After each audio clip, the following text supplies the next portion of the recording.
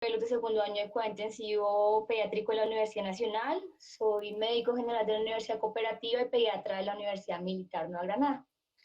Vamos a hablar de cetoacidosis diabética, eh, algo muy general, pero me parece que es importante que sepamos porque deben tener claras algunas pautas que deben llevar cuando se enfrentan a un niño con sospecha de cetoacidosis o con un diagnóstico ya prefijado de diabetes. Entonces, pues lo más importante para que ustedes empiecen es tener en cuenta que es diabetes mellitus y antes quería preguntarles, ¿todos están viendo bien, escuchando bien o hay alguna dificultad? Todos bien. Perfecto. ¿Vas a grabar la charla? Claro, pues no podría grabarla, pero no sé si puedo hacerlo. Denme un segundo y ya. Nosotros la estamos grabando, no hay ningún problema. Perfecto. Listo. Perfecto, chicos. Entonces, cuando empezamos a hablar de diabetes, pues tenemos que saber que es un desorden metabólico complejo que se caracteriza principalmente por hiperglicemia crónica y este es resultado de los defectos en la secreción de insulina, de su acción o de ambas, porque recuerden que tenemos diferentes tipos de diabetes y puede haber una suma de estas dos alteraciones. Es una entidad súper importante porque en algunos documentos se estima que puede haber hasta 86.000 casos nuevos cada año. Entonces, es un problema grande de salud pública con tasas de aumento hasta del 3 al 5% por año. Hay diferentes tipos, tipo 1, tipo 2, gestacional y otros, donde se encuentran las monogénicas. Nosotros nos vamos a referir en este momento a la tipo 1, no porque sea la única que se encuentra en pediatría, porque con todos los problemas de alimentación que tenemos ahora, los malos hábitos y muchos elementos que entran a jugar en la epigenética, pues estamos viendo aumento en la incidencia de la diabetes tipo 2 en pediatría. Sin embargo, como vamos a hablar de cetoacidosis en pediatría, entonces es el evento de complicación más frecuente que se presenta en los niños con diabetes secundario a diabetes tipo 1. El mapa pues es muy desalentador, ¿sí? Cuando hablamos de epidemiología, no solamente es importante hablar de incidencia porque nos habla de casos nuevos que se presentan en las poblaciones, y es súper importante entender que nosotros estamos en una zona que en teoría es baja comparada al resto del mundo, por ejemplo, Canadá, ¿sí? Reino Unido.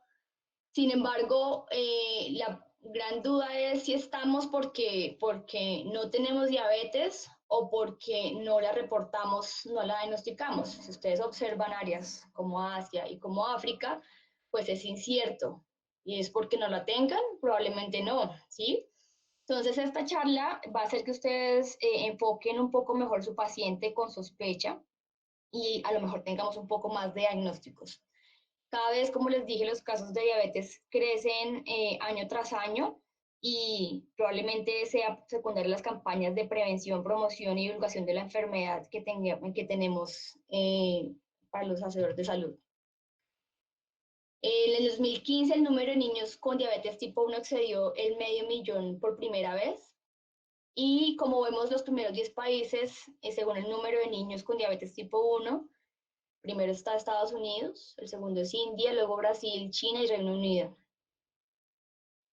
Nosotros nos encontramos más o menos como en una estimación de 45.000 niños con diabetes tipo 1 y miren acá en una distribución, no solamente por edades, sino también por entre hombres y mujeres, vemos como hay un pico máximo de diabetes tipo 1 hacia la adolescencia que desciende a lo largo de los años. Desciende no porque desaparezca, ¿sí? Porque como ustedes lo recuerdan, la diabetes es una enfermedad que hasta el momento no tiene cura, sino que tiene una alta mortalidad porque estos pacientes pues cursan con exacerbaciones muy severas y la mortalidad es alta. La expectativa de vida ha mejorado con el paso de los años, pero no logra ser muy buena. Miren acá cómo hay un cambio inicialmente hasta la época más o menos de hasta los preescolares. Las mujeres tienen un porcentaje más alto comparado con los hombres y luego se empieza a invertir ese porcentaje y los hombres son un poco más frecuentes pues más frecuente que tengan diabetes tipo 1. Nosotros, comparado con los países de Latinoamérica, nos encontramos en una incidencia, digamos, intermedia, ¿sí? Algunos países como Chile, Uruguay y Brasil tienen incidencias un poco más altas. Los casos nuevos de diabetes tipo 1 comparada con tipos en adolescentes y en escolares, pues miren cómo cambia. ¿Sí? En los niños menores de 10 años la diabetes tipo 1 es más frecuente, pero miren cómo acá tenemos algunos porcentajes de pacientes con diabetes tipo 2 en esas edades. Cuando aumentamos la edad y ya estamos en la adolescencia, aumenta la diabetes tipo 2, pero siempre tenemos de las dos. Entonces es muy importante, sobre todo en campañas de alimentación, de prevención, que tengamos en cuenta que la diabetes tipo 2 sí existe, porque tenemos como un mito y es que la diabetes tipo 2 es de adultos y la tipo 1 es solamente de niños. Entonces miren cómo de cambiar un poco ese paradigma, porque los niños con diabetes tipo 1 están teniendo mejores calidad de vida, están aumentando su expectativa de vida, están llegando a adultos y además nos estamos llenando también de diabetes tipo 2. Para hablar de cetoacidosis, pues quiero primero que entendamos un poco de qué es la diabetes, qué es lo que pasa y qué le ocurre al cuerpo dentro de su fisiología. La insulina es una hormona fundamental para permitirle al cuerpo tomar nutrientes y producir energía que al fin y al cabo se lleva en todos los procesos metabólicos corporales. Es una enzima que es una hormona que ustedes la conocen, es una hormona contrarreguladora que junto con el glucagón van a llevar a que existan niveles normales de glucosa en sangre. Esta insulina lo que va a permitir es que las células tomen la glucosa que está circulando por el torrente sanguíneo, la ingrese a la célula y la haga parte de sus vías de metabolismo. Dos órganos muy importantes dentro de esa fisiología son el hígado y el páncreas. El páncreas es fundamental porque va a producir la insulina. Entonces, no solamente es la cantidad de la producción, sino es la calidad de esa producción que van a permitir que se desarrolle o no la diabetes. Porque estamos viendo que en algunos momentos, ahora cuando hablamos de fisiopatología un poco mejor, vemos como no solamente es la cantidad, porque puede haber un punto en el que tengamos una cantidad escasa, pero que sea suficiente para ya los procesos metabólicos. Pero si hay una cantidad que sea buena en teoría, pero que la calidad no sea adecuada, pues podemos tomar en cuenta que esa cantidad real es cero, porque no vamos a poder aprovechar la glucosa. El hígado, por otro lado, lo que va a permitir es que cuando tengamos unos niveles altos de insulina, de glucosa, perdón, lo que vamos a hacer es que vamos a guardarla como un mecanismo de reserva para decir, ok, ahora tengo mucho, pero habrá momentos en que voy a dejar de comer, ¿sí? Necesito guardar para después, o habrá momentos en que aún así que esté comiendo, esté haciendo alguna actividad, mis necesidades basadas son mucho mayores. O bien voy a hacer ejercicio, voy a tener un estrés, necesito mucho más insumo. Entonces, eso que he almacenado como glucógeno lo puedo utilizar ya que el páncreas produce glucagón. Entonces, vamos a permitir que este glucógeno almacenado pase nuevamente a glucosa, pase a la sangre y en la sangre las células lo van a aprovechar. Pero son importantes todas estas hormonas, la insulina y el glucagón. Si no existe una regulación adecuada, pues vamos a tener o niveles muy bajos de glucosa en la sangre o por el contrario, muy altos. Entonces, la diabetes mellitus es pues un resultado de muchas alteraciones, algunas genéticas, porque como todas las partículas de nuestro cuerpo están determinadas por un código que se va a transcribir y traducir y se van a formar algunas proteínas necesarias para muchos procesos. La insulina es una proteína y si todo el proceso de transcripción y traducción se lleva mal en algún momento, pues la proteína final va a ser una proteína que esté defectuosa y no va a poder no va a poder actuar adecuadamente. Por el contrario, si definitivamente mi señal no existe y no hay producción de insulina, pues mucho peor. Los factores ambientales, y es donde la epigenética juega un papel muy importante, pueden potenciar o no esa genética. Entonces, si además de yo tener una genética ahí medio escondida, medio como que no se expresa, y yo tengo unos papás que fueron diabéticos, además tengo una pésima alimentación, además como vamos a ver ahora, puedo tener algunos disparadores como infecciones, pues se va a juntar y puede que empeore mi situación. Las células B, como les dije, no solamente en calidad, sino en cantidad, juegan un papel importante y van a tener relación y muy de cerca con el sistema inmune, porque las últimas investigaciones en diabetes han demostrado que, a pesar de que no conocemos muy bien su causa, parece ser que hay una activación, una hiperrespuesta del sistema inmune que lleva a un daño en el directo de las células beta con una destrucción secundaria y parece que esto podría ser la causa de la diabetes. Entonces miren cómo esto es una gráfica sencilla para que entendamos que va a haber una activación que se cree es mediada por anticuerpos, por eso dentro de los muchos paneles que toman de paraclínicos que le toman a los niños están los anticuerpos para intentar buscar una de las etiologías posibles de la diabetes. Parece que estos anticuerpos podrían hacer algún tipo de reacción cruzada. Por ejemplo, nos infectamos por un virus, por alguna bacteria, pero en general se han descrito virus.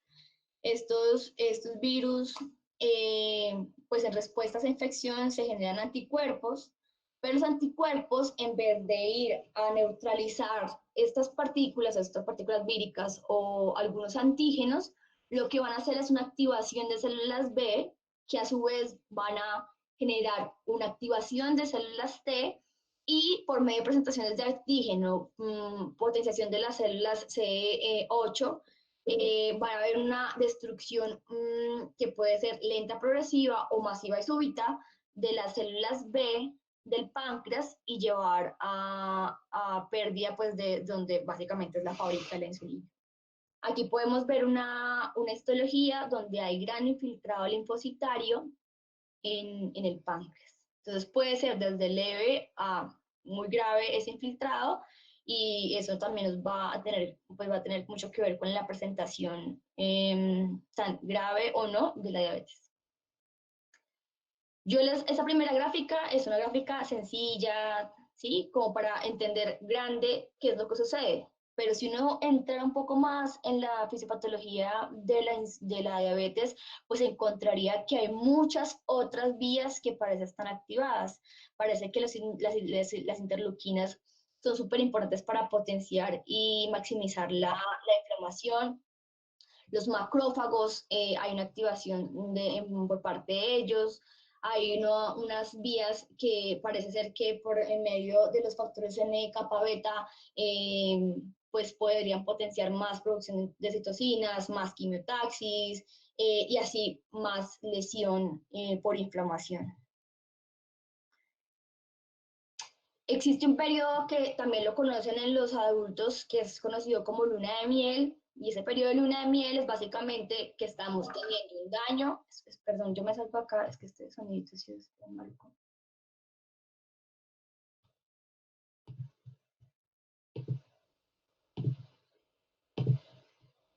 Listo. Un periodo de luna de miel que, como les decía, ¿qué quiere decir? Que ya de entrada, tiempo atrás, viene existiendo un daño en esa población de celular, pero puede que de pronto la cantidad aún sea suficiente para producir insulina que logre regular los niveles séricos de glucosa y las necesidades metabólicas. Pero llegará un punto en que esos niveles bajen tan drásticamente que ya pues seamos sintomáticos. Entonces ese periodo hacia atrás es un periodo de luna de miel, que también, como les dije, es muy frecuente que lo escuchen en los adultos. Parece ser que las personas que tengan diabetes tipo 1 o tipo 2 tienen una predisposición genética. eh, Va a haber un inmunoactivador que todavía no se conoce muy claramente cuál puede ser. Hay muchas causas que pueden estar asociadas, pero no es muy clara la asociación. Pueden haber algunas anomalías inmunitarias porque la respuesta inflamatoria está potenciada. Y lo que sí es claro es que hay un trastorno progresivo de la liberación de la insulina por disminución de la masa de células beta. Entonces acá, como les digo, todo ese proceso desde la luna de miel hasta la diabetes manifiesta, pues está por todo esto. Entonces miren cómo acá hay proliferación celular, activación inflamatoria por citocinas, multiplicación, disregulación, formación de anticuerpos, ¿sí? Pero lo que, digamos, para no entrar en esto, en este tema que es un poco denso, simplemente eh, es conocer que la enfermedad empieza desde mucho antes que nosotros la diagnosticamos. ¿Sí? Realmente cuando estamos diagnosticándola, parece ser que es un periodo en que ya hay completa insuficiencia de las funciones y ya no hay regreso ni hay posible mejoría. Puede haber una posible mejoría cuando logremos controlar un poco la inflamación o la causa, pero definitivamente en esta mejoría pues va a ceder y vamos a continuar perpetuando la enfermedad. Según esos periodos, desde que tengamos un conteo celular de células beta normal, pues podemos tener algunos estadios. Estadio 1, donde, como les dije, el paciente pues va a estar asintomático porque tiene un conteo adecuado. Incluso podría llegar hasta el estadio 2, pero miren que ya hay una hiperglicemia. Aquí podríamos jugar un papel muy importante nosotros, porque a pesar de que el paciente no tenga síntomas claros de diabetes, nosotros podemos detectarlo. Entonces es una enfermedad que es muy compleja desde el punto de vista no solo fisiopatológico, sino también emocional y social y familiar, porque pues como muchas otras enfermedades, decirle a unos padres que su hijo tiene diabetes, pues tiene una carga emocional muy alta. Entonces, pues todos los padres pueden preguntarse si su hijo tiene diabetes. Pues es una pregunta un poco difícil porque ustedes van a notar que pronto en sus consultas, en urgencias, van a llegar a decir, es que yo soy diabético, es que quiero saber si mi hijo también lo tiene, es que mi esposa, es que alguien se murió, es que no sé cuánto, es que vi en la televisión. Entonces tenemos que llenarnos de muchos motivos. Hay que recordar que los niños pues a veces no son muy buenos dialogando con los médicos. Algunos, como vimos, son asintomáticos, otros podrían no expresar muy bien sus síntomas y básicamente están subrogados a lo que la familia les ofrezca. Entonces, una familia que últimamente estamos teniendo muy malos hábitos de alimentación, tenemos mucho sedentarismo, que eso, como vimos, es un factor que empuja un poco a la genética a iniciar la enfermedad.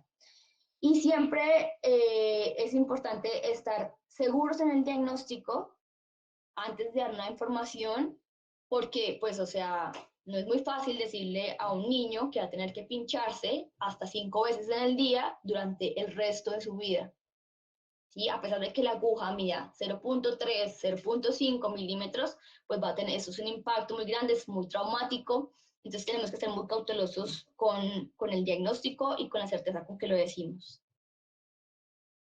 Miren que esto es muy grave y es el porcentaje de obesidad por año y es como a medida de los años ha venido aumentando, ¿sí?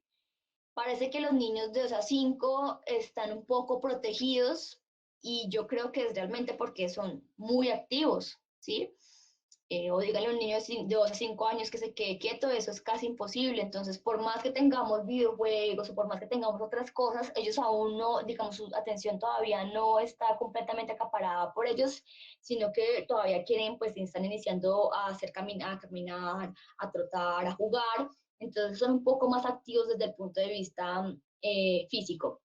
Ya los adolescentes y los escolares no tanto, y miren cómo pues va aumentando. Entonces, dejemos de romantizar, por favor, la obesidad. Sí está bien que una cosa es hacer bullying, otra cosa sí es lastimar a la persona que es obesa desde el punto de vista psicológico, decirle eres horrible, eres gordo, eres muchas cosas, pero tampoco lo romanticemos diciendo eres lindo, eres perfecto. No, ¿sí? O sea, yo de verdad los invito a esto. La obesidad es una enfermedad, se me podría utilizar los dedos de mis manos, de los pies, me prestarían y no alcanzaría para demostrar la obesidad como factor de riesgo para muchas enfermedades. Entonces sí se pueden ver lindos, gorditos y todos rosaditos, pero por favor, ¿sí? Tenemos que actuar drásticamente para controlar la obesidad, no solamente de los niños, sino también de los padres, porque de nada sirve que yo le diga a la mamá que su hijo tiene obesidad, que debe cambiar el estilo de vida y ella le haga una dieta solo para él que va a durar 8 días. Porque luego se pierde y es cansón y no hay una continuidad del manejo. Entonces, tenemos que involucrar a los papás en esto y es cambiar el estilo de vida de toda una familia. Tengan en cuenta que la hiperglicemia, o sea, el azúcar elevado en sangre, se puede elevar no solamente por diabetes. Entonces, cuando tenemos sepsis, infección, trauma, cirugías, quemaduras, puede haber un estado de hiperglicemia que no está relacionado con diabetes.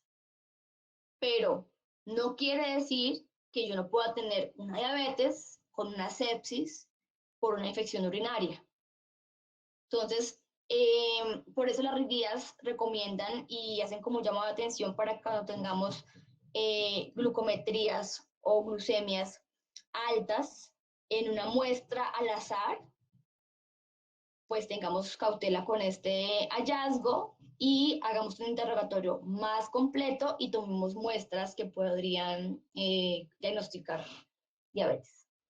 Entonces, ¿cómo lo diagnosticamos? Hay un montón de pruebas, ¿sí? No quiero que se las aprendan, con el tiempo y de tanto repetir probablemente se las van a aprender, pero quiero que sepa que existen, cómo se pueden hacer y lo más importante es algunas guías, la guía internacional de diabetes en niños habla de que pueden haber crisis hiperglicémicas y esas crisis hiperglicémicas, que bueno, que los diagnósticos son los mismos en adultos, pero tengan mucho cuidado porque las crisis hiperglicémicas, que son glucemias plasmáticas por encima de 200 miligramos por decilitro, tomadas al azar, deben estar acompañadas principalmente por síntomas, ¿sí?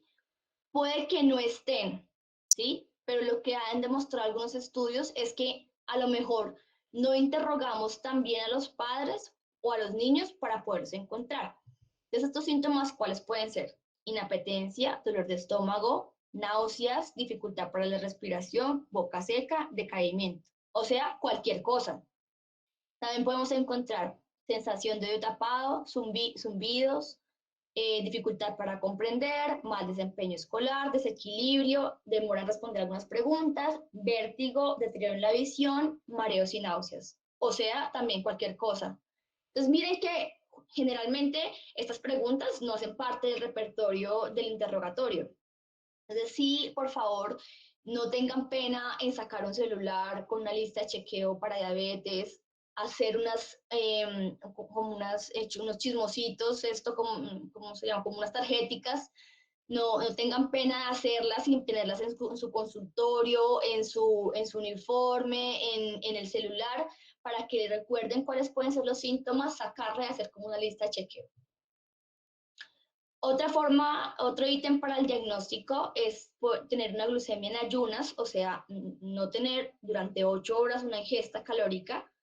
Esa glucemia debe ser por encima o igual a 126 miligramos por decilitro.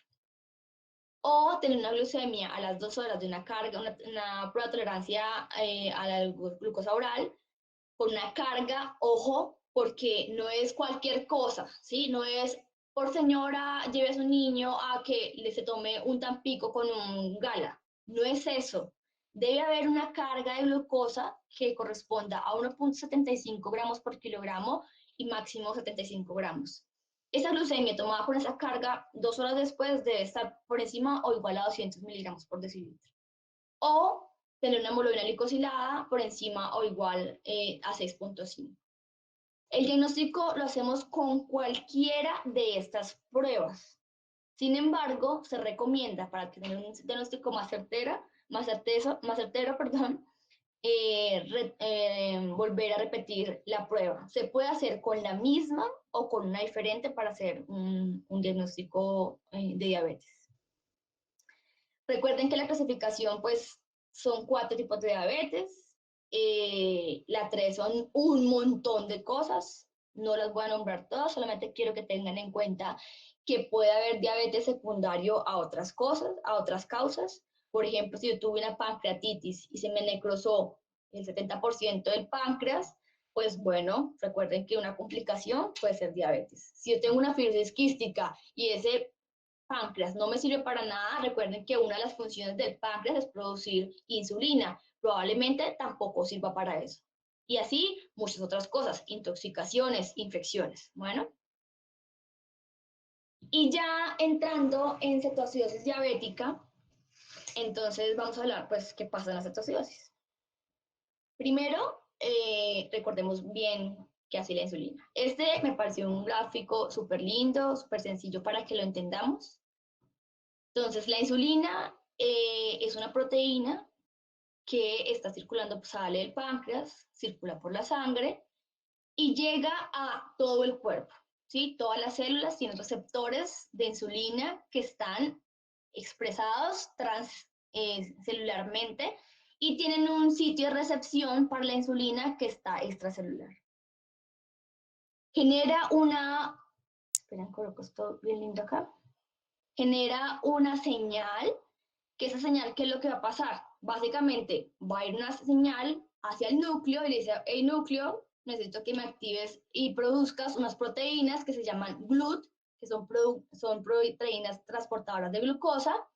Esas proteínas, entonces dice, ok, listo, sí. Entonces sale esa señal, retículo endoplásmico, aparato de Golgi, hace todo lo que tiene que hacer y luego esa proteína por todo el esqueleto de la célula va y se posa sobre la membrana. ¿Y qué es esa proteína? Es un canal para que pueda entrar la glucosa. O sea, la membrana de la célula no es permeable todo el tiempo a la glucosa. Necesita un transportador, no, perdón, un canal para que pueda entrar. Si no existe esa proteína que se llama GLUT, que depende donde esté, pues será 1, 2, 3, 4, ¿sí? Pues no puede entrar, entonces habrá una hiperglucemia. Pero esa hiperglucemia, miren, que no es porque la célula no necesite la glucosa o no es porque haya un montón que sobre, es porque como no puede entrar, sigue circulando por la sangre. Pero ¿qué pasa con la célula? La célula va a entrar en una situación de estrés gigante porque no va a tener su sustrato más importante para generar energía. Entonces, ¿qué va a pasar? Pues en principio, cuando la glucosa no está y sí funciona y sí funcionan los canales, pues el cuerpo tiene que tomar de otras vías más glucosa. Entonces crea una nueva glucosa eh, por gluconeogénesis y intenta romper ese glucagón. Sin embargo, cuando aumenta, pues él dice como, ok, me sobra un montón, lo voy a almacenar como lo vimos en las gráficas anteriores.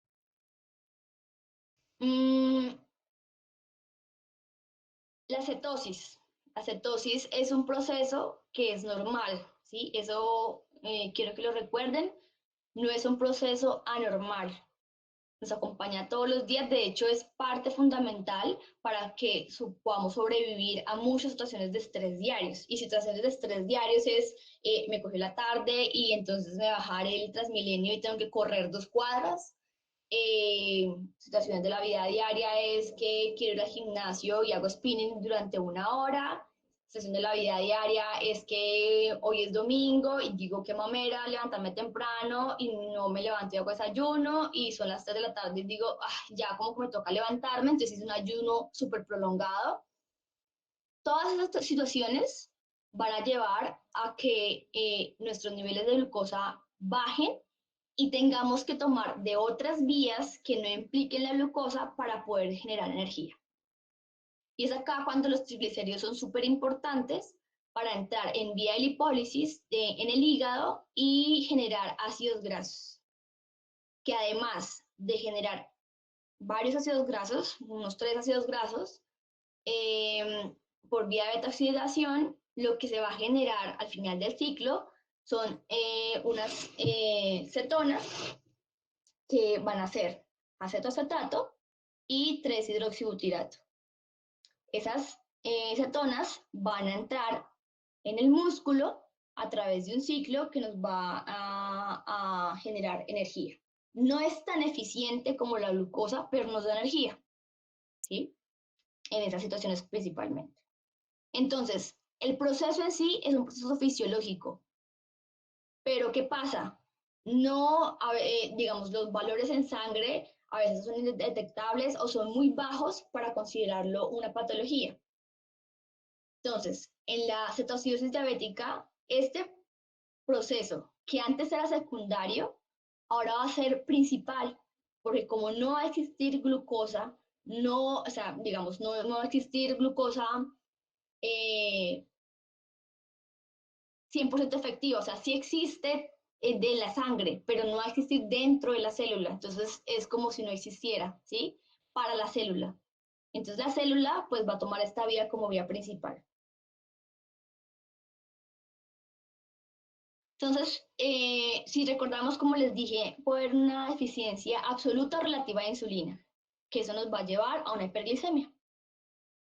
Y aquí vamos a intentar explicar un poco de cómo suceden los síntomas de la diabetes. Entonces, miren que al haber hiperglicemia, uno de los principales síntomas que vamos a observar en las personas, de los niños con diabetes, es que tengan glucosuria. Y esa glucosuria es porque existe un límite de saturación en el riñón que permite, digamos, no filtrar o reabsorber la glucosa, y es 180 miligramos por decilitro. Una vez se supere ese tope, pues ya el riñón que filtra ese azúcar y vuelve y la toma, va a decir, pues es un montón de azúcar que se está filtrando, ya no puedo reabsorber más. Entonces la deja pasar y empezamos a orinar azúcar. Esa glucosa que va por la orina hace un efecto osmótico y se trae agua con ella. Entonces va a haber poliuria. Pero no solamente se trae agua con ella, sino que también se puede llevar electrolitos. Entonces, hay un trastorno hidroelectrolítico que se ve reflejado en deshidratación y en hipovolemia. Esa deshidratación y hipovolemia pues van a generar por disminución de la perfusión y aumento del lactato, que a su vez nos va a llevar a acidosis. Pero por otro lado, ¿recuerdan las hormonas contrarreguladoras que hablamos al inicio? Pues hay un montonón, la epinefrina, la hormona de crecimiento, el cortisol, que básicamente son hormonas de estrés que van a permitir la utilización de otras vías que no sean de la glucosa para generar energía. Entonces, como les dije ahora, el tejido adiposo es importantísimo porque lo que va a hacer es que va a permitir que los triglicéridos vayan en forma de ácidos grasos al hígado y entren por la vía de las cetonas a producir energía. El glicerol, por otro lado, pues va a producir una glicogenólisis por aumento de la aumento de la gluconeogénesis. Y en el músculo lo que va a pasar es que intentando buscar otras vías, empieza a romper proteínas, hay una proteólisis que también produce aminoácidos y estos también van a entrar en el ciclo de la gluconeogénesis. Todo esto va a llevar a que haya más glicemia, o sea, se rompen muchas sustancias que están formadas en forma de almacenamiento de azúcar, de glucosa, pero se rompen y sale la sangre y ahora lo que hacen es que aumentan aún más los niveles séricos de glucosa, hay más glucosuria, más deshidratación y se vuelve un círculo vicioso. Las cetonas aumentan la acidosis y entonces también perpetúa este otro ciclo. Entonces, resumiendo, vamos a ver que hay cualquier situación que nos puede encadenar diabetes, como ya lo vimos, o empeorarla. Hay una alteración de las hormonas contrarreguladoras que lo que ellas quieren básicamente es aumentar los niveles de azúcar en la sangre. Es decir, queremos que esa glucosa aumente, ¿sí? Porque ellos no entienden que lo que está pasando realmente es que no está un canal para que entre. Ellos asumen que no hay, porque es es la señal que les da la célula. No tengo glucosa dentro y no la puedo utilizar. Entonces, activa vías de lipólisis, de utilización de glucosa, de proteólisis, disminuye la síntesis de proteína y aumenta la glicogenólisis. Pues todo, como les dije, va a llevar a hiperglicemia, glucosuria, deshidratación. Esa de la deshidratación puede llevar en estadios un poco más graves a falla renal. La deshidratación, pues como hay una pérdida de ese contenido líquido, nos va a llevar a hiperosmolaridad y vamos viendo cómo se completan algunos de los criterios para esta enfermedad. Entonces, puntualmente, ¿qué tenemos como síntomas de esta enfermedad? Tenemos una deshidratación, o sea, tenemos los síntomas clásicos de la diabetes, que son poliuria, ¿sí? A su vez, como una señal que puede haber por la falta del ingreso de la glucosa a la célula es pues que nos dé hambre, porque es que las células simplemente dicen, hagan lo que sea posible porque yo necesito alimentarme, necesito azúcar, entonces empezamos a comer. Como estamos deshidratados, pues nos da mucho sed. Entonces tenemos la estrella clásica de la diabetes, que es poliuria, polidipsia, polifagia, pero además cuando entramos en un estado de descompensación y de complicación, que en este caso sería una cetosis diabética, pues estamos deshidratados, tenemos un desequilibrio hidroelectrolítico y podemos tener afectación del estado de la conciencia. Podemos estar taquimnéicos y además encontrar algunos hallazgos en los paraclínicos que hacen el diagnóstico. ¿Cómo, chicos, quieren preguntas durante la charla o al final?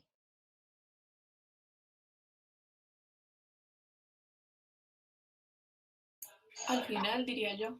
Perfecto. Se van a quedar dormidos.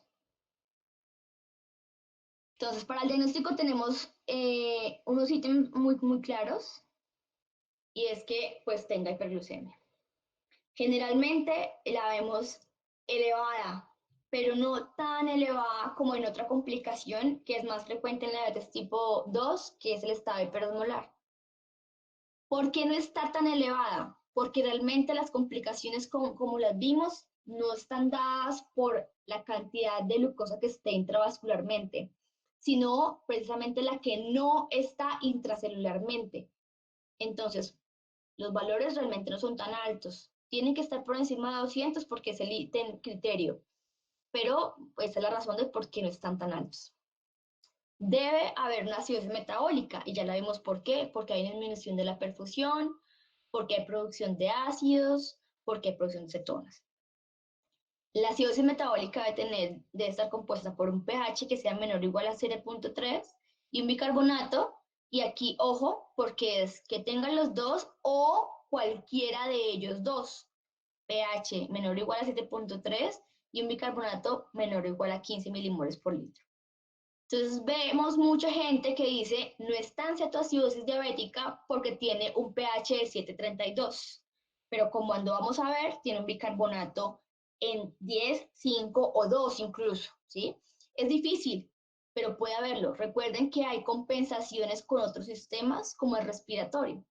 Entonces, si mi sistema respiratorio está sano, él lo que va a intentar es a respirar a un montón de veces por minuto para intentar sacar más CO2 y tener un equilibrio ácido-base y puede que el pH esté casi normal o un poquito, digamos, no tan severamente alterado, pero exista una acidosis metabólica. Bueno, entonces recuerden, es uno y el otro o alguno de los dos.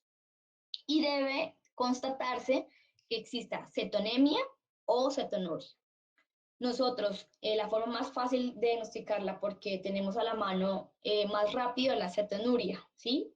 Que se puede pedir bien, sea en un uroanálisis, que nos lo van a reportar como cuerpos cetónicos, o bien sea por tiras reactivas que, como las de pH y densidad, pueden haber tiras reactivas. De cetonemia funciona como si fuera un glucómetro, o también sacado en sangre total.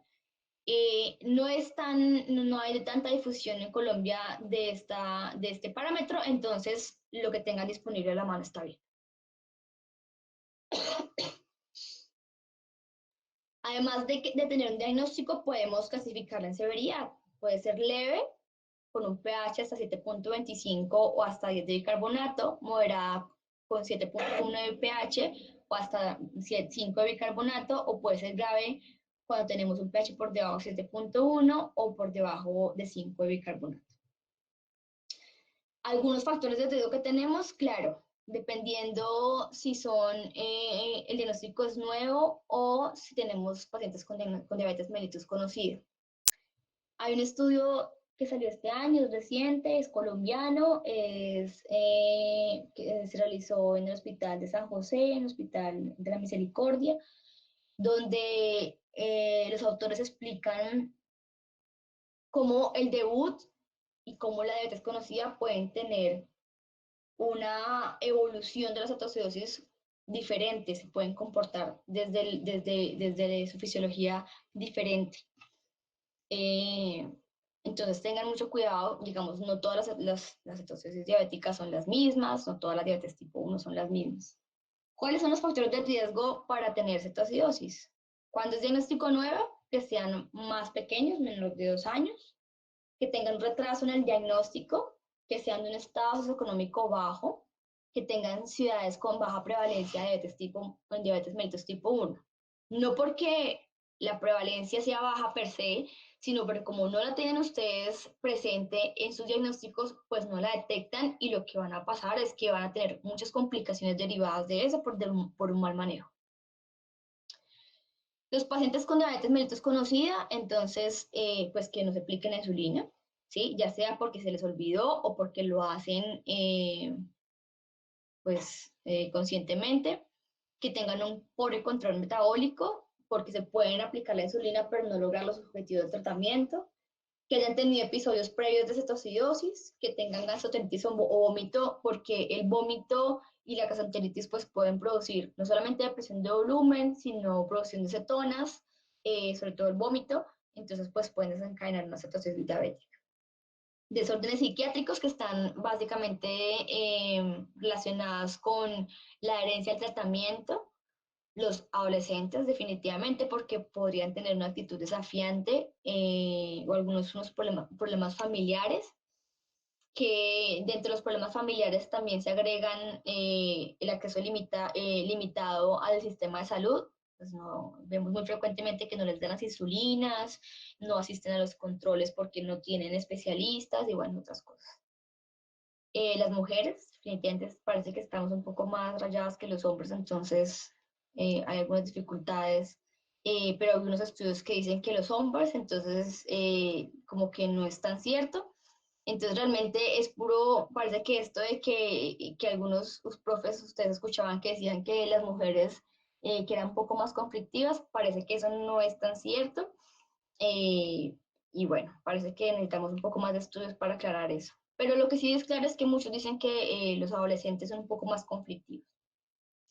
Y hay otros métodos, no solamente las insulinas que algunos han visto como que se aplican con jeringa de insulina o con los lapiceros. También hay unos métodos que se utilizan unas bombas de insulina que tienen un conector que está como ya implantado y tiene una bomba que va a regular tomando niveles capilares de glucosa, y a medida que vaya tomando esos niveles y vaya detectándolos, él hace una curva y dice, tengo que hacer un bolo de insulina, tengo que mantener un basal, y él se va ajustando. Si existen fallas en esas bombas de insulina, pues vamos a tener complicaciones. Entonces, nos enfrentamos en urgencias, consulta externa, en cualquier escenario, a un paciente con cetoacidosis diabética. Como les dije, pues es súper importante sospecharlo. Ya vimos cómo el interrogatorio es muy importante, una muy buena historia clínica antecedentes de infecciones, de algo que haya podido activarlo, una buena revisión por sistemas es fundamental. Cuando entramos a la parte de examen físico, pues nos tenemos que orientar por el triángulo de aproximación, y es que primero nos damos una impresión rápida de cómo está ese paciente. Su aspecto general es muy importante porque si de entrada lo vemos que está agitado, somnoliento, pálido, deshidratado, pues este paciente probablemente está mucho más grave que otro que llegue caminando por sus propios medios, hablando, tranquilo. Entonces a él tendríamos que priorizarlo. La respiración, porque como vimos es un método de compensación, entonces los pacientes pueden llegar con una pseudo dificultad respiratoria y básicamente taquipnea puede tener, y son respiraciones que son muy características de la cetocidosis. No solamente es el hecho de que el paciente intente respirar muy rápido para intentar expulsar el CO2, sino es también parece que tiene una respiración muy profunda. La circulación cutánea la debemos evaluar con cosas, no necesitamos gases arteriales, venosos o cosas, o tomar incluso la presión arterial, sino solamente podríamos evaluar la mucosa, los ojos, ver la turgencia de la piel o llenado capilar, y una frecuencia cardíaca nos pueden dar datos muy gruesos de qué está pasando con ese paciente. Si es un paciente que está con una taquicardia, con un llenado capilar lento, que está deshidratado, pues ese paciente está comprometido su estado circulatorio en menor o en mayor gravedad, pero ese paciente debería trasladarse a reanimación y ya proceder a seguir con el examen un poco más completo, tomar la tensión arterial y otras cosas que hacemos.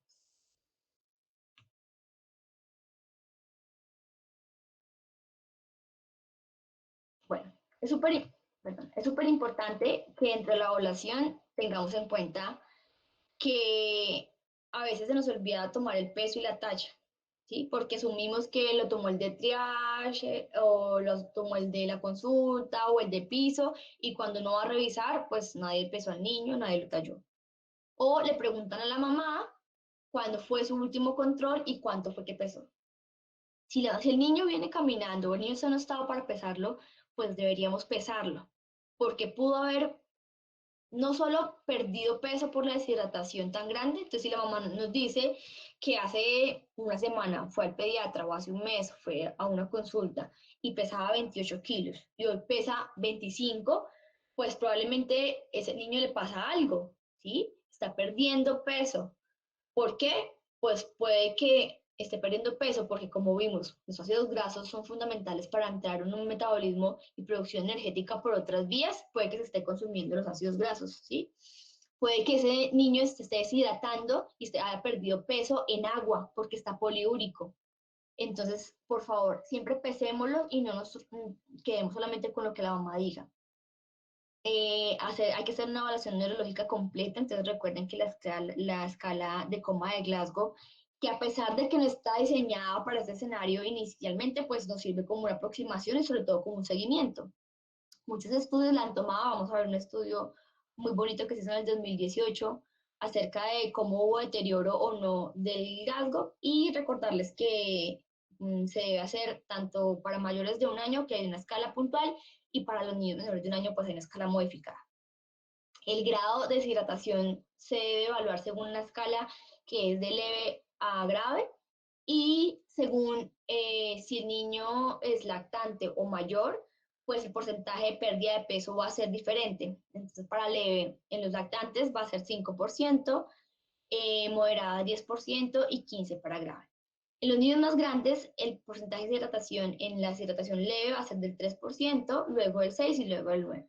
Los signos y síntomas son los mismos que conocemos clásicamente. Es un niño que está deshidratado de forma leve, pues lo que va a tener es que en general todas sus cosas van a estar bien, solo que puede referir que tenga algo de sed, o podemos ver que tenga la mucosa que pueda estar algo, lo que llamamos semiseca o con saliva filante, digamos, no necesariamente que sea puntualmente seca.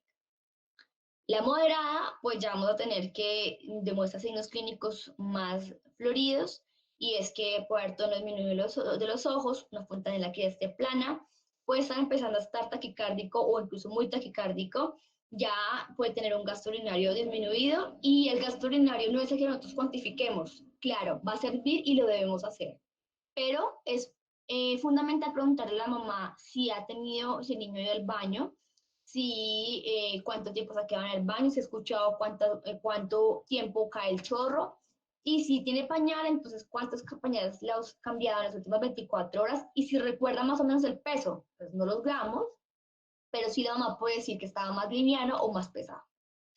Y la grave, la deshidratación grave, pues ya tenemos una paciente que incluso puede estar con un pulso débil, puede estar taquicárdico, pero con un pulso débil, puede estar en anuria y los ojos se ven claramente hundidos. Ese paciente puede estar con hipotensión o sin hipotensión. No esperemos que un paciente tenga hipotensión para considerar que está en un choque, porque pues, los niños tienen muchos mecanismos compensadores, como por ejemplo la taquicardia, y aún así ya están en choque. Para el manejo existen algunos objetivos muy puntuales y es uno, corregir la deshidratación, porque como ustedes vieron antes, pues perpetúa muchos de los signos y de las complicaciones de la cetoacidosis. Corregir la acidosis y resolver la cetosis, y básicamente esto lo hacemos con la insulina. Existen y han intentado adicionar muchos otros medicamentos, como el bicarbonato, pero si ustedes recuerdan, la fisiología es muy clara, ¿sí? ¿Por qué acidosis? Porque hay unas vías alternas para producir energía. ¿Por qué? Porque no hay una insulina que permita expresar un canal que transporta la glucosa del medio extracelular al medio intracelular. Entonces, ¿cuál es el tratamiento? La insulina. Entonces, la insulina nos va a llevar a corregir la acidosis y la cetosis. En medida que esté la insulina, se va a poder expresar el GLUT transmembranal, la glucosa va a poder entrar, va a poder activarse una vía de producción energética que sea tenga como sustrato la glucosa, y así pues no se va a tener que degradar ni las proteínas, ni los ácidos grasos, ni nada, ¿sí? Solamente el azúcar. Entonces nos va a ayudar a disminuir la glucemia y a corregir la acidosis y la cetosis. Debemos corregir lentamente la hiperosmolaridad y restaurar la glucemia, y ahí ahorita vamos a hablar un poco de eso, de si lento o rápido y qué tan cierto es. Idealmente debemos prevenir las complicaciones y debemos, por favor, identificar y tratar los factores predisponentes. No es llegó con cetoacidosis y la trato y se acabó, sino es qué pasó, ¿sí? Este niño, como vimos, tiene un problema familiar, los papás son separados y el niño está triste y no se quiso aplicar la insulina. Y además se tragó 50 toneladas de torta, ¿sí? Entonces, miren que la causa probablemente no era una infección nada, sino era que necesita hablar con alguien, contarle sus problemas, decirle qué está pasando, que alguien lo aconseje, hablar con los papás, generar un compromiso de apoyo familiar, y probablemente se recupere ese niño y no va a tener otros episodios.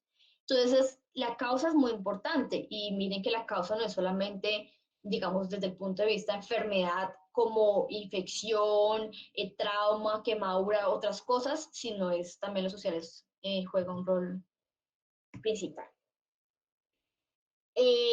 Las medidas de soporte hay que tenerlas muy presentes. Si el paciente tiene una alteración del estado de la conciencia, por favor, pregunten cuándo fue la última vez que comió, pregunten si ha vomitado, pregunten que sí. O sea, esas cosas son súper importantes, porque si comió, deberíamos intentar sacar lo que está en el contenido gástrico, porque si ese paciente pues pierde la conciencia, pues pierde los reflejos protectores y podría vomitar y broncoaspirar. Entonces una sonda nasogástrica nos podría ayudar. Siempre debemos asegurar la permeabilidad de la vía aérea. Debemos colocar una sonda vesical, y esto es porque el gasto urinario es un punto para el monitoreo hemodinámico fundamental. Si restituimos la volemia, si tienen una mejoría en la circulación, pues ¿qué va a pasar con el riñón? Perfunde mejor y va a orinar.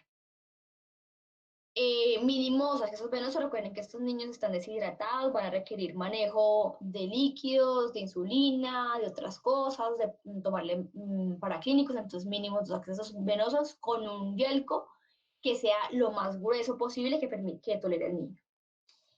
Aquel paciente con inestabilidad hemodinámica se debe tratar con el protocolo de inestabilidad hemodinámica como lo recuerda el PALS y debemos administrar oxígeno. La hidratación. Entonces, hay un debate muy grande. Esto, pues, ni siquiera me tomé la molestia de corregirlo porque, pues, cambia todo el tiempo. Porque hay una discusión muy grande de cuándo empezar la hidratación, si antes o después de la insulina, cuál es la dosis, qué elemento utilizar para hidratar. Pues bueno, hasta el momento no se ha dicho una verdad que sea absoluta. Parece que cada vez vamos a estar debatiendo más cosas de lo que se creen en cetoacidosis, pero por ahora voy a intentar darles unos puntos claves acerca de la hidratación. La hidratación es muy importante y se debe corregir. Si un paciente tiene deshidratación moderada o severa, uno diría, bueno, reevalúa qué está descompensando más a tu paciente, el desequilibrio hemodinámico o el desequilibrio metabólico. Si probablemente sea el metabólico, pues empieza con la insulina y pues mientras consigues la bolsa y todo. Pero siendo sinceros y digamos mi poca experiencia es, estamos en un servicio de urgencias de con cetoacidosis. Pues en todos los servicios hay bolsas de lactato, ¿sí? Pero no hay insulina. Probablemente tienen que hacer el pedido, ir a la farmacia, recogerlo, bla, bla, bla. Entre ese periodo podemos cogerle una vía y ponerle una infusión de lactato, ¿sí? Hay muchas también discrepancias entre si poner sustancias que van a escuchar los nombres balanceados y no balanceados, y se hace referencia a cuanto a las molaridades del plasma. Realmente, pues ahora con este estudio que les voy a mostrar, pues ya no se sabe. En general se prefieren las soluciones balanceadas, tipo lactato de Ringer o Plasma Light, el que tengan en su institución, el que tengan a la mano, cualquiera de los dos, para iniciar la hidratación. Es importante siempre calcular los líquidos de mantenimiento y el déficit, porque eso se nos olvida un montón. Y pasa no solamente con la cetosis, sino con todos los niños. Se nos olvida que un niño tiene un gasto base de agua y además viene con un déficit con el que llegó. Entonces, hay una deshidratación del cuánto. Por eso recordamos los porcentajes. El niño, ¿qué edad tiene? ¿Qué signos tiene? Entonces, si es un lactante o es un escolar, entonces yo voy a decir, si es un escolar y tiene estos síntomas, probablemente esté en deshidratación moderada. ¿Cuánto tiene de pérdida de agua con respecto a su componente total? Tiene un 6%. Entonces, eso lo debo tener en cuenta porque yo debo calcular su base de líquidos de líquidos de mantenimiento y además sumarle lo que ya tiene un déficit. Pero hay algunas tendencias que intentan corregirlo a 48 horas. ¿Qué quiere decir? Que ese cálculo que yo hago lo voy a dividir entre dos y lo voy a reponer en la primera parte en las primeras 24 y las otras en las siguientes. Vamos a ver que también eso está un poco debatido. La velocidad de administración rara vez debe exceder 1.5 a 2 veces el requerimiento habitual del mantenimiento diario, pero ya vemos acá que esto, pues, la evidencia no es tan buena. Y el choque, entonces, aquí, como vieron que es una suma de muchas cosas, no sabemos qué tanto el choque como tal pueda necesitar una gran carga de volumen al inicio. Entonces, sí está claro que se tiene que resolver, pero las dosis deben ser cautas. Podemos ofrecer bolos, pero los bolos deben ser pocos, de poco volumen, más o menos de 5 a 10 mililitros por kilogramo, y se deben ofrecer en una hora. La insulina, pues, es el pilar del manejo, y hay varias tendencias, dosis altas, dosis estándar, pues no hay diferencia entre usar una y la otra, así que pueden usar cualquiera. Lo que yo les recomiendo es apréndanse una sola dosis y manéjenla siempre. Ya está. Si alguien les dice es que yo pongo 0.5, usted porque 0.1, pues es que da lo mismo, ¿sí? La dosis es esa, 0.05 a 0.1 unidades por kilogramo hora. Lo que les decía, la recomendación de antes, que era más o menos empezarla 1 o 2 horas después de iniciar los líquidos endovenosos. Entonces acá yo tengo un esquema que está con cosas como generales, como debatidas, de cómo podría ser la cetoacidosis, pero pues vamos a intentar descifrarlo un poquito. Para la hidratación, ¿por dónde la pongo? Pues por donde pueda, ¿sí? Porque ya vimos que es importante hidratar al paciente. Y lo digo por donde pueda porque es que la gente dice, sí, 2 accesos venosos, como es buena luz, como es buen todo, pero ¿y si el niño está tan deshidratado que no lo puede lograr la vena? O estoy en mi rural y ahí pues yo nunca canalicé y la enfermera es medio nueva y tampoco puede, y pues sí, está un recurso muy importante y fácil que es una sonda nasogástrica, por ahí podemos hidratarlo. O si ustedes pues han tenido entrenamiento, que es, además es, algunas veces es fácil y es fácil de entrenarse también, pueden coger una vía intraósea. Pero lo que sí está claro es que deben cogerla la primera hora que el paciente llegó, debe tener una vía ese paciente. Que si solución salina o que si lactato, pues ya ahora preferimos soluciones balanceadas, lactato, plasma light, pero si tienen solución salina también la pueden utilizar. Dextrosa sí la utilizamos, pero cuando vemos que hay un descenso en la glucemia o en las glucometrías por debajo de 270 miligramos por decilitro. Algunos grupos utilizan 250, otros grupos utilizan 300. ¿Qué les aconsejo yo? Si ustedes les da miedito, pues 300. O si ustedes ven que la enfermera no es tan juiciosa porque es nueva, es inexperta, pues 300. Si ustedes ven que el servicio de urgencias está horrible, asqueroso, súper lleno, súper ocupados, pues 300, porque si esperan a que esté a 250 para ponerle dextrosa, pues va a ser hipoglucemia y eso es mucho peor. Choque. ¿Poner bolos o no poner bolos? Si está en choque, sí. La premisa es poner bolo, pero no tan arrebatado y no tanto volumen. Entonces, nos vamos por volúmenes bajos, máximo 10 mililitros por kilogramo hora, y podemos ponerlo hasta una infusión en 2 horas. Si tenemos un paciente que está inestable hemodinámicamente, hipotenso, mal, ¿sí? En paro, pues en ese escenario nos podríamos atrever a poner 20 mililitros por kilogramo en bolo. Bolo es bolo, ¿sí? Apretando la bolsa y todo, pero solamente en ese escenario. Debemos calcular la deshidratación y ojo porque la mayoría de artículos llegan como al acuerdo de que la deshidratación en cetoacidosis parece que nunca es leve.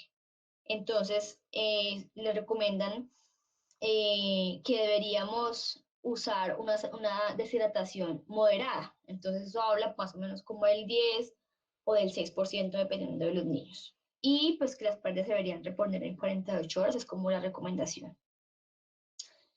Hay algunas tasas de cálculo rápidas, pero a ver, no se aprendan todas, apréndanse en una, que se saben Holly Seeger, que se saben por cálculo por metro cuadrado, que se saben por no sé cuánto, pues bueno, está bien, pero apréndansela muy bien y recuerden que se debe calcular el base más lo que debamos, que es lo que traía de pérdidas por la deshidratación. Recuerden que el sodio se debe ajustar según la glicemia. Hay fórmulas, no se las aprendan, es un consejo muy malo que doy, pero de verdad, más ahora que tenemos todos un celular, pongan sí, descárguense una aplicación o notas o lo que sea y pónganle ahí cositas para recordar, ¿sí? La fórmula del sodio corregido y ya, ¿sí? Potasio. Es súper importante que recuerden que las fórmulas que coloquen, o sea, las soluciones que administren, lactato, plasma light, solución salina, deben tener potasio. ¿Cuáles? En teoría todas, pero hay algunas excepciones. Si el niño no está orinando, pues puede tener falla renal y podríamos evitar el potasio. Sin embargo, como le vamos a colocar insulina, ¿qué va a pasar con el potasio? El potasio va a entrar a la célula. Entonces, si de entrada el niño tenía algo de falla renal y le ponemos insulina, pues el potasio va a bajar. ¿Por qué?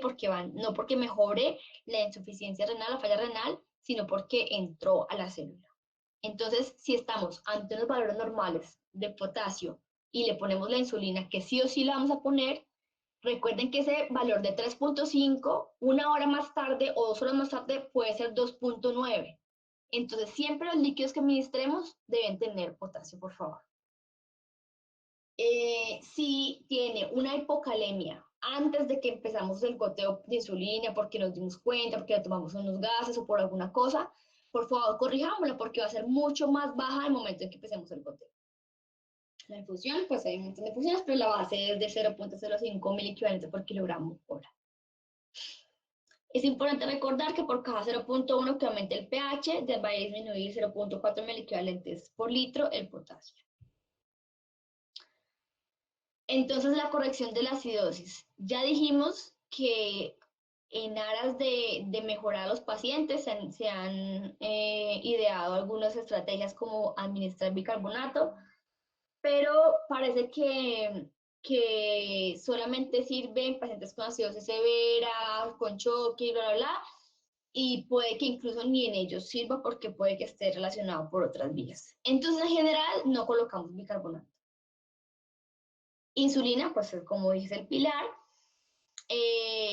por favor, por más que esté muy alta o con mucha cetoacidosis o con el pH muy bajo o el bicarbonato muy bajo en los gases, por favor, no administren bolos. Bueno, algo que de pronto no les dije y se me pasó es que para el diagnóstico de cetoacidosis diabética debo tomar, puede ser una glucometría, pero preferiblemente una glucemia, o sea, glucosa en sangre, porque existe un desfase entre más o menos hasta 10 miligramos por decilitro entre una y la otra. Entonces, pues se recomienda tomarla. Sin embargo, las dos son válidas. Y además deberíamos tomar unos gases arteriales que son los que nos van a ofrecer el valor del pH y el valor del bicarbonato. Bueno, entonces la insulina. Por favor, no administremos bolos, porque como les dije, los niveles de glucosa no son tan altos, ¿sí? Como la célula está ávida de glucosa, con un bolo va a pasar que se va a apretar un montón de la glucosa y lo que va a pasar es que va a quedar en hipoglicemia y pues es mucho peor para el paciente. El goteo. Yo prefiero un goteo estándar, un goteo de 0.1 unidad por kilogramo hora, me lo aprendo y ya, ¿sí? Para no estar bamboleando como es que era, 0.05, no sé qué, así. Y hacemos un descenso, ojalá escalonado y lento de la glucosa y que más o menos se ha calculado como entre 2 a 5 moles por litro hora. Este es el estudio que yo les estaba diciendo. Básicamente les resumo en que dice que hay unas infusiones que les pusieron rápidas, otras lentas, con solución al medio, con solución isotónica, y pues no hay diferencia en los desenlaces que ellos evaluaron, que eran, uno era deterioro del estado neurológico dado por un empeoramiento de la escala de Glasgow, y otros como aparente lesión cerebral o algunos test que hicieron como de memoria o de test cognitivos a los 3-6 meses. Entonces parece que la infusión, la rapidez y el tipo de solución, pues parece que no ofrecen ninguna diferencia. Entonces siéntense tranquilos al dar, a poner solución salina sin problema. No sé cómo estemos de tiempo, me falta solamente esto, pero no sé si alcancemos a ver el ejemplo. Claro que sí. Sí, señora, dale. Sí, perfecto. Entonces, bueno, tenemos un paciente masculino, ya vimos que los adolescentes hombres como que era más frecuente que tuvieran diabetes tipo 1, cetoacidosis y pesa 40 kilos. Llega por dolor abdominal y vómito. Entonces, no sé si ustedes recuerdan un caso que hubo en Shayo, que fue muy televisado y todo, por un dolor abdominal y un vómito de una niña que era escolar y reconsultó en diferentes ocasiones y solo como en la última alguien tomó una glucometría, ¿sí? Entonces, pues nosotros tenemos un dicho y es que no se le niega una glucometría a nadie, ¿sí? Puede ser una gastroenteritis, claro, puede ser, ¿sí? Pero miren si una gastroenteritis tiene alguna diferencia con la cetoacidosis, pues, pues no es fácil saberlo, ¿sí? Porque puede tener diarrea, vómito, o puede tener las dos cosas, una gastroenteritis y una cetoacidosis. Entonces, recuerden hacer un interrogatorio muy completo. Eh, recuerden ver factores de riesgo y pues no dejen de lado, siempre piensen en cetoacidosis, por favor. Este niño, pues se los pongo un poco más fácil, ya tenía el diagnóstico de una diabetes, era tipo 1, lo que se diagnosticó a 7 años, entonces llevaba un montón. Él se venía aplicando la argina, que es una insulina de larga acción, 25 unidades internacionales en la noche, y Lispro, que es una insulina de corta acción, de ultra rápida, según esquema móvil. Aparte, sí, como un paréntesis, ya no se usan esquemas móviles en la medida de lo posible. Ahora estamos con una tendencia que es conteo de carbohidratos, pero bueno, eso es, digamos, como para que le echen una ojeada a qué trata conteo de carbohidratos, para que cuando llegue un paciente con eso, pues no sientan que es el acabose del mundo. Y este paciente tenía una hemoglobina glicosilada hace un mes. Entonces, 10.7 es un valor que está cómodo. ¿Qué piensan de este valor?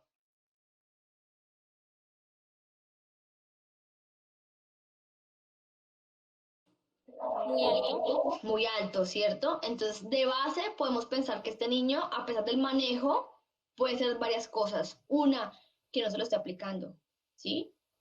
Dos, algo que se nos olvida un montón preguntar y es la técnica de administración, ¿sí? Si se lo pone a 90 grados, a 45, porque recuerden que tiene que ser en la grasita, ¿sí? Si se lo pone en la panza, pero en la panza no tiene grasa, pues no se va a absorber la insulina y no va a hacer su efecto. Si se lo pone en una zona que se lo ha puesto por mucho tiempo, puede estar fibrótica y tampoco se va a absorber. Si la aguja es muy pequeña y se la pone a 45 grados, no va a llegar a la grasa. ¿Sí? Entonces tienen que preguntar muchas cosas. ¿Es cansón? Sí, pero hay que hacerlo. ¿Cómo es la jeringa? ¿Qué tan larga es? ¿Cómo se lo aplica? ¿Dónde se lo aplica? ¿Sí? Técnicas de aseo. Revisen la piel al niño, porque puede tener áreas de fibrosis y pues efectivamente no servir el sitio que se les administra. O este niño pudo haber tenido, pues, tiene una buena técnica, se lo administra, pero está con una gastroenteritis que se infectó, ¿sí? Tiene una gastroenteritis viral o bacteriana o por parásitos. O este niño no dijo nada y resulta que la noche anterior tenía un gansito con Coca-Cola y no pudo evitar y se lo comió, ¿sí? Yo tuve un paciente que tenía como 7 años y le encantaba la Coca-Cola. ¿Y saben qué hacía este niño? Este niño se colocaba más dosis de la insulina que le tocaba, se inducía hipoglicemia porque sabía que su endocrinólogo le había recomendado a la mamá tragos de Coca-Cola cuando hiciera hipoglicemias. Entonces miren el alcance de los niños, ¿sí? Es ojo con eso, interroguen muy bien, sean muy cautos interrogando, escárbenle a la mamá cositas. Bueno, entonces, ¿qué vamos a hacer? Pues examinarlo.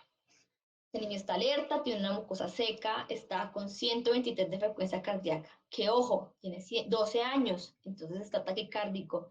Tiene 35 de frecuencia respiratoria, está taquipnéico. Y tiene 96,51, que es una tensión normal para él, pero miren que tiene un llenado papilar de 3 segundos, que es lento, ¿sí? taquicárdico, lento, ¿sí? Ya este niño tiene una alteración de su estado cardiovascular, ¿sí? No debo decir que ese como no está en hipotensión, no pasa nada. No, este niño está haciendo mecanismos compensatorios para poder tener una buena circulación, pero parece que no le están mejorando. Tiene un dolor a la palpación abdominal difusa y no tiene irritación peritoneal. Recuerden que la hipoperfusión gastrointestinal o esplénica puede generar dolor abdominal, puede generar vómito. ¿Qué exámenes les pedimos a este niño? Pues una glucometría de ingreso y estaba en 296. Entonces este niño está descompensado de hace largo tiempo, pero ahora está con una agudización de los síntomas. Tomamos un análisis, cuerpos cetónicos en orina, 2 cruces, positivo, tenemos 2 criterios. Y le pedimos unos gases arteriales que tenemos un pH de 7,15 que está bajo. Y miren cómo ese pH que está muy bajo, un bicarbonato muy bajo, entonces está en una cetoacidosis diabética grave. ¿Sí? ¿Ves qué diagnósticos tenemos? Moderada grave. Tenemos un choque hipovolémico que está compensado porque tenemos una tensión que está normal, está en una deshidratación que podría estar en grado 2, uno podría decir hablar de grado 3 por el choque, y una diabetes, pero digamos que este grado 2, quiero que piensen es que mínimo debe ser grado 2, y una diabetes que pues está no controlada. ¿El manejo qué es? Recuerden que como estaba en el choque, como estaba con una alteración de su hemodinamia, podemos ofrecerle un bolo de líquidos a este niño de 10 cc por kilo en 1 hora, ¿sí? Incluso se la podríamos extender un poco a 2 horas. Mientras estamos rápido buscando la insulina, canalizándole la otra vía, buscándole paraclínicos, yendo a la farmacia. Tenemos que evaluar nuevamente, acuérdense que siempre es pienso qué voy a hacer, lo ejecuto y evalúo lo que hice. Sirvió o no sirvió, o además pudo haber empeorado a mi paciente. Calculo mis aportes hídricos basales, que recuerden que si lo calculamos por metro cuadrado es 1500 cc por metro cuadrado día, más un déficit que lo podemos calcular del 5, del 6, ¿sí? Entonces miren que aquí, esto es un ejemplo que yo tomé de un artículo. Si dijéramos que es decir, que está en choque y que está en deshidratación grado 2, ¿hablaríamos del 5%? No, hablaríamos de más y podríamos hablar hasta del 9% porque es un adolescente. La insulina, ¿sí? Ojo con las presentaciones de la insulina que son universales, pero cuando hacemos las diluciones nos podemos equivocar.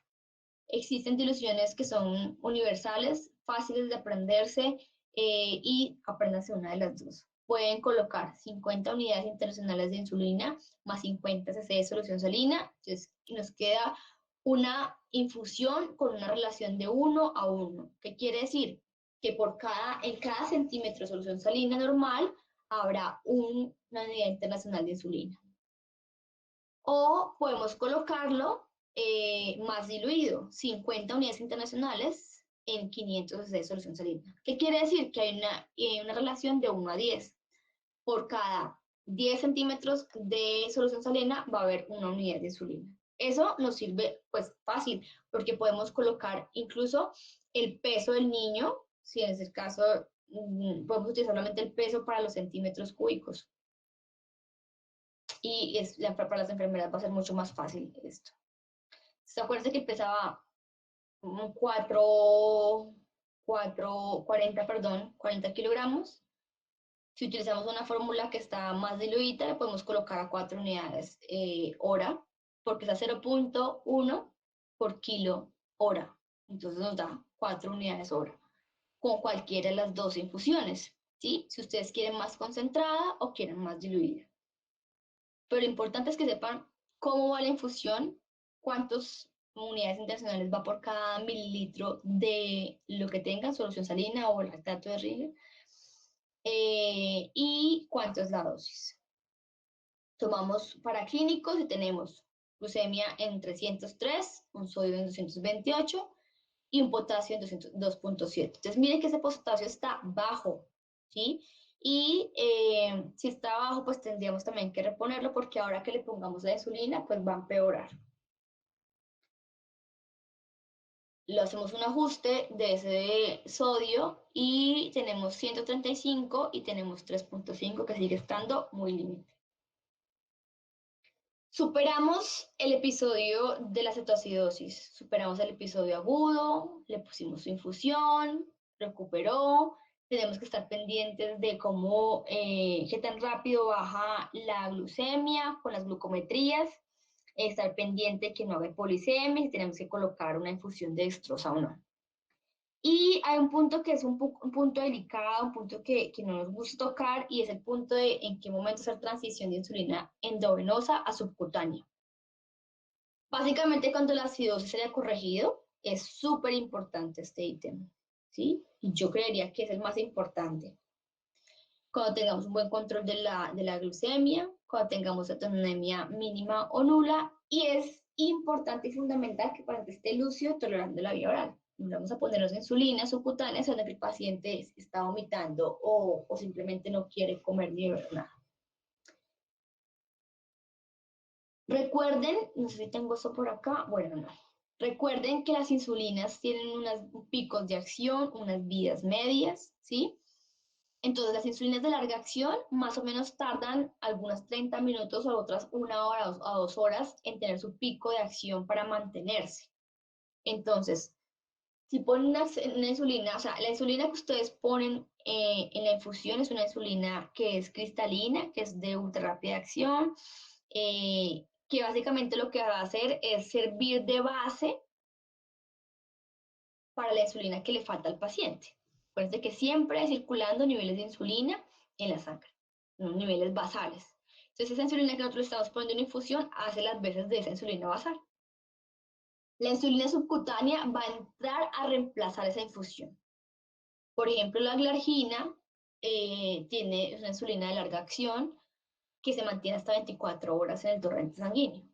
Entonces, si yo le coloco ahora mismo la insulina subcutánea y le suspendo la infusión, pues ¿qué va a pasar? Que mi paciente se puede quedar hasta 1 hora sin basal de la insulina y puede hacer pico de hiperglicemia y por ende, como no tiene insulina, hacer otra vez cetoacidosis, cetonuria y otra vez descompensarse.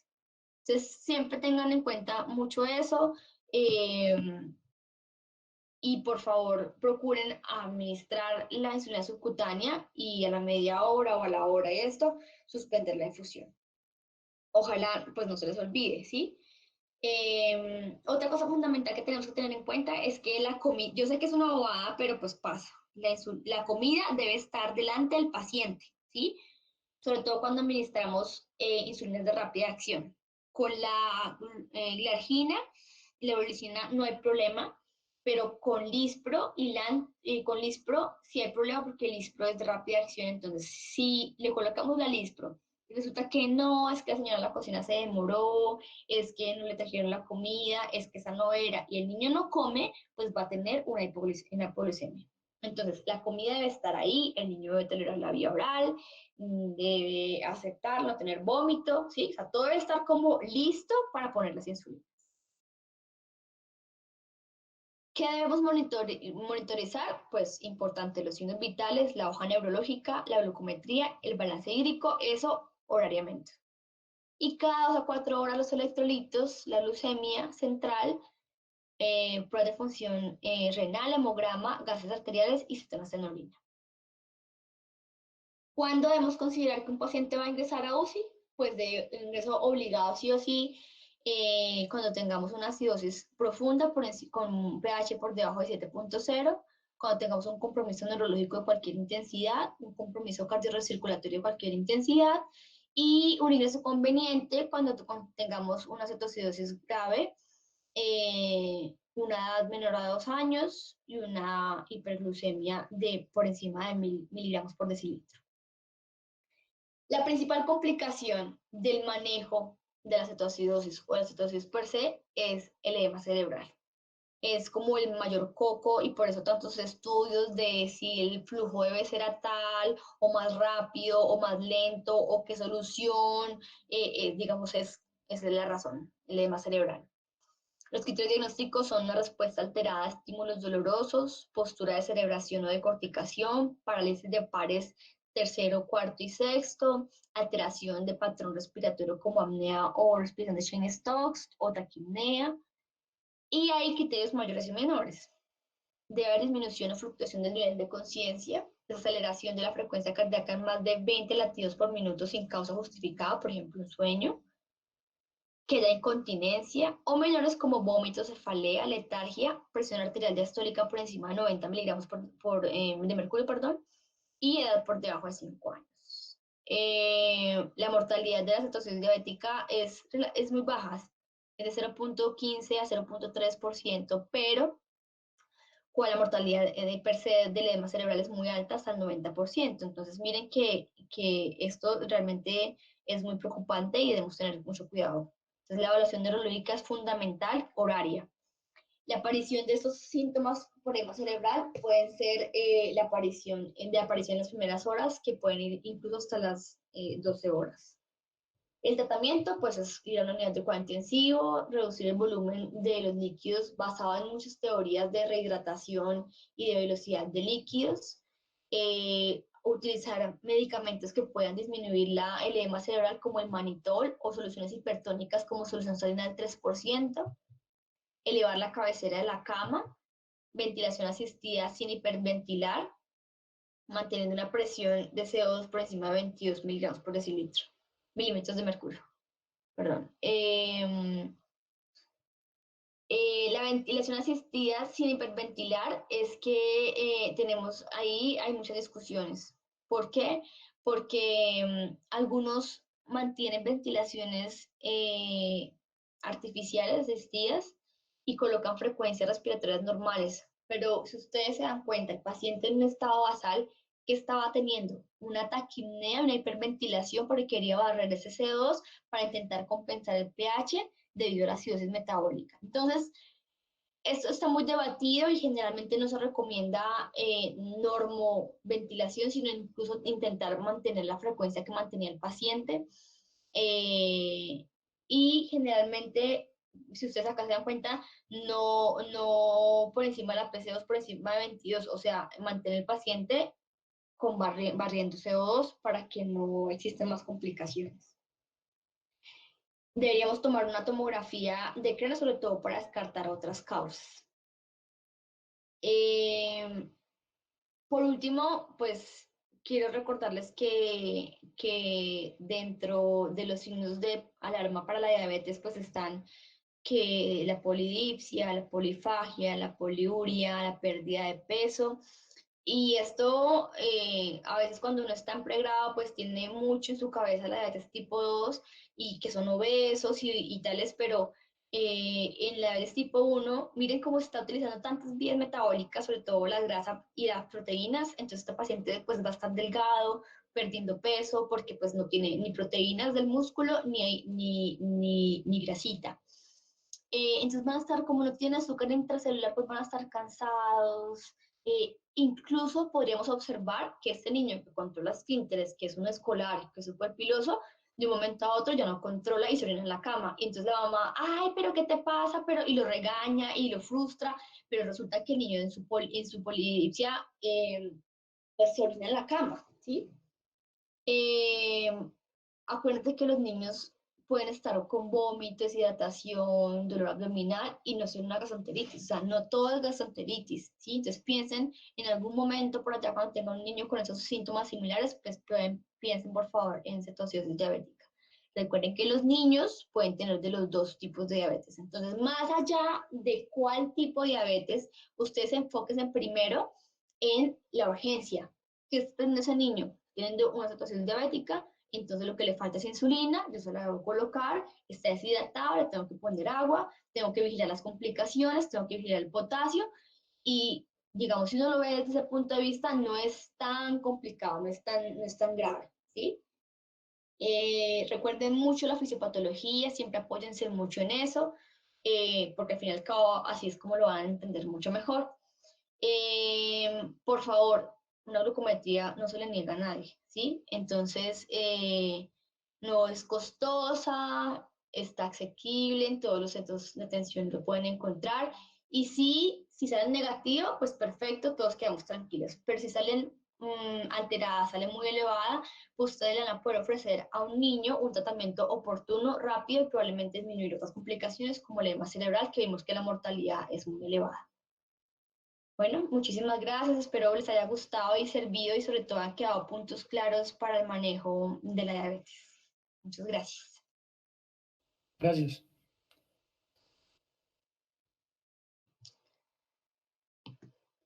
Listo, chicos. Muchas gracias, Doc. Perfecto. Preguntas, dudas que tengan. Y me están escribiendo. Doctora, buenas Acá. tardes. Yo tengo una pregunta. Claro, dime. ¿Cómo está? Primero, muchas gracias. Yo soy Nicolás Torres, médico interno de la Universidad de Caldas. Voy a Hola, aprovechar y le voy a hacer dos preguntas. La primera es enfocada básicamente a los primeros niveles de atención. Sabemos que el tratamiento de la cetoacidosis, pues, son tres pilares: hidratación, insulina y potasio. Pero, ¿qué hacemos con un paciente que diagnosticamos cetoacidosis diabética en un primer nivel, pero no tenemos medición de electrolitos y aunque el tratamiento sea la insulina, digamos que es riesgoso ponérsela por el mismo mecanismo fisiopatológico de entrada de potasio a la célula?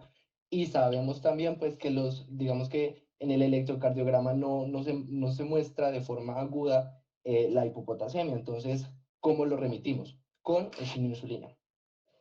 Entonces, mira, esta es. Espérate un segundo. Espérame, me cuadro, ya listo. Entonces, mira, tu pregunta es muy buena. Muchas gracias por hacerla. Son cosas fundamentales. Debes remitirlo con insulina, porque el manejo es la insulina, ¿sí? Si no le pones la insulina entre el traslado, la llegada, tal, mientras llega, le hacen el triaje y la cosa y lo ingresan, pues va a tardar mucho tiempo en no recibir un manejo y va a tener más probabilidad de tener complicaciones, sobre todo como edema cerebral. Porque lo que se ha visto últimamente en los estudios es que probablemente no es el tipo de hidratación, sino es la severidad con el que el paciente tenía la enfermedad. Entonces, en ese escenario, tú lo que deberías hacer es tener una dilución con cualquiera de las dos. Puede ser una dilución más diluida, valga la redundancia, la que es una unidad en 10 mililitros, ¿sí? Para que tú hagas cambios bruscos, o sea, cambios bruscos de los CC no impliquen cambios bruscos en la insulina.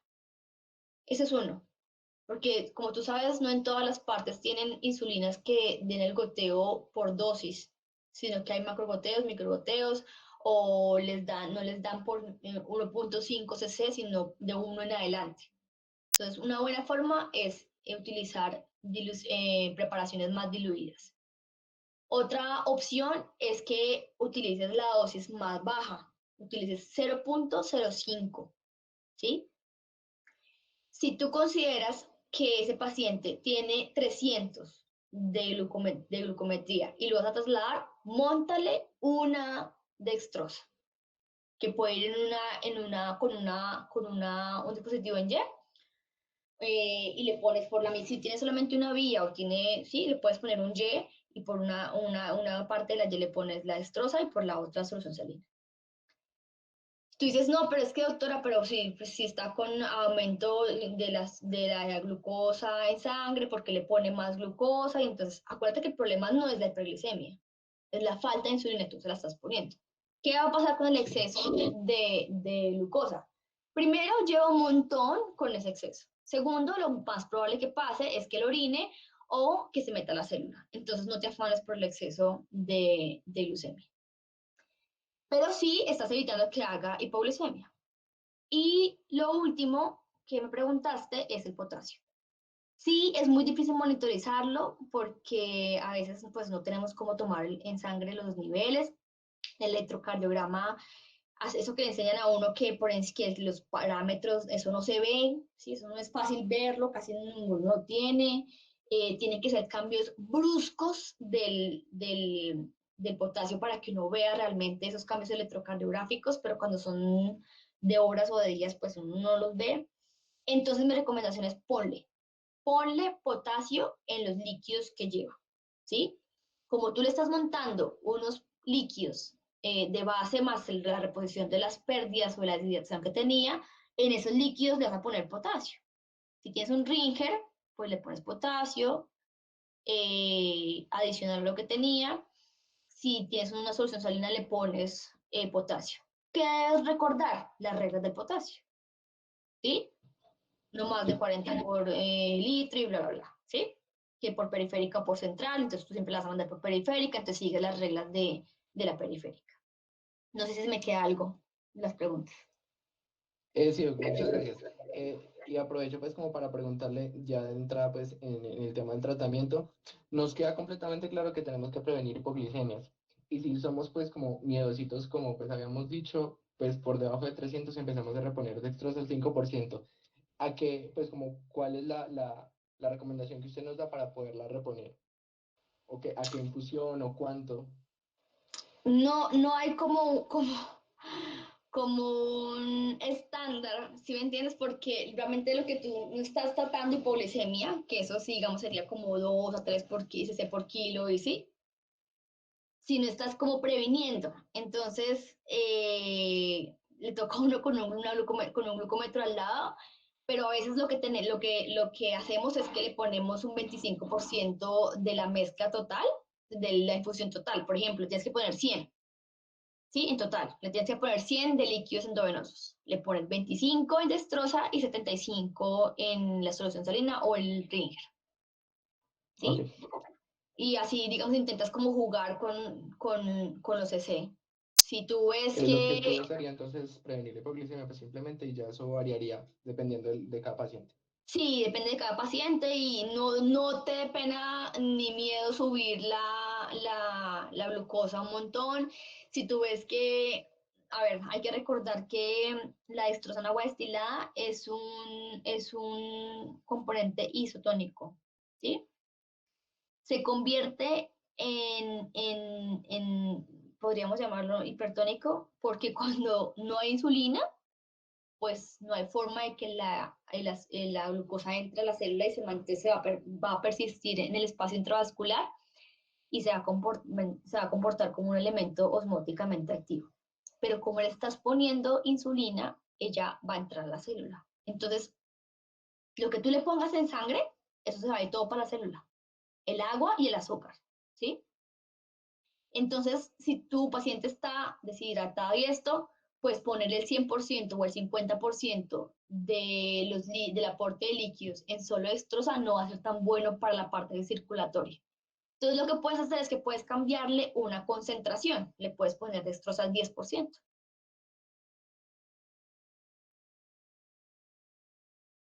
¿Listo? Ok, doctora, muchas gracias. Bueno, perfecto. Y por acá voy a leer unas preguntas que hicieron acá. Aún está temprano. No, aquí no está temprano, aquí es la 1:15 de la mañana. ¿Se sabe cuántos miligramos por decilitro de glucosa se bajan por cada unidad de insulina? No, ¿sabes? No, así como algo tan puntual, no. Hay unos que bajan un montón de rápido, otros que bajan muy lento, pero no hay como algo muy puntual así. La reposición de potasio se hace igual que en los déficits leves moderados. Sí, se hace igual, porque realmente tú no estás como reponiendo, sino estás previniendo que haya una depresión de potasio. Y sí, se pone igual, es más como un base. ¿Cómo se interpreta la tabla de criterios del edema cerebral? Uno mayor, uno menor. Entonces, debe tener siempre, a ver, aquí lo voy a poner otra vez. ¿Ven mi pantalla? No, Doc. Bueno, ya la pongo. Entonces, los criterios siempre debe estar que tenga al menos un criterio diagnóstico, o sea, que si el paciente tiene una respuesta alterada a estímulos dolorosos, eso es una alteración importante y debe tenerla. Y debe tener al menos uno mayor o dos menores, ¿sí?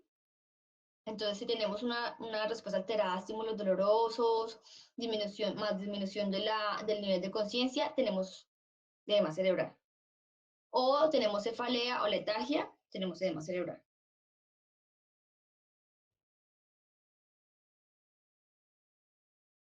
Perfecto. ¿Hay alguna otra pregunta o duda que tengan?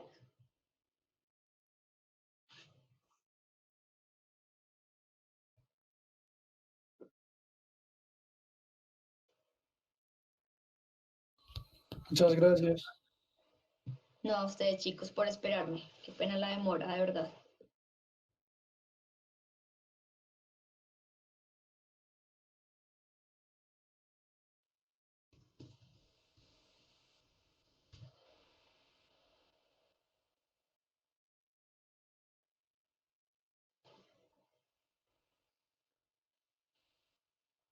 Acá me pregunta Angie que la reposición inicial en un paciente con falla renal en diálisis, ¿cómo se puede hacer? Entonces, Angie, mira, un paciente que esté en falla renal y esté en diálisis, no habría problema, porque acuérdate que si está en diálisis tiene como depurar el potasio.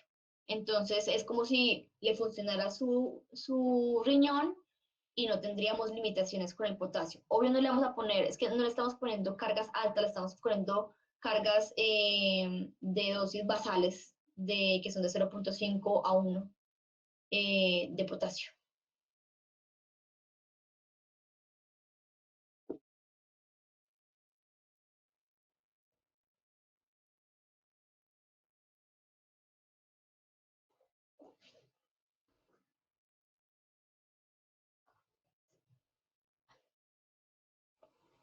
Muchas gracias, doctora Alejandra, por la charla y por su tiempo. Muchas gracias a ustedes Y por gracias a invitarme. todos por asistir. No, con mucho gusto. Pasen buena Esperamos noche. volverla a tener por aquí. Ah, bueno, con mucho gusto.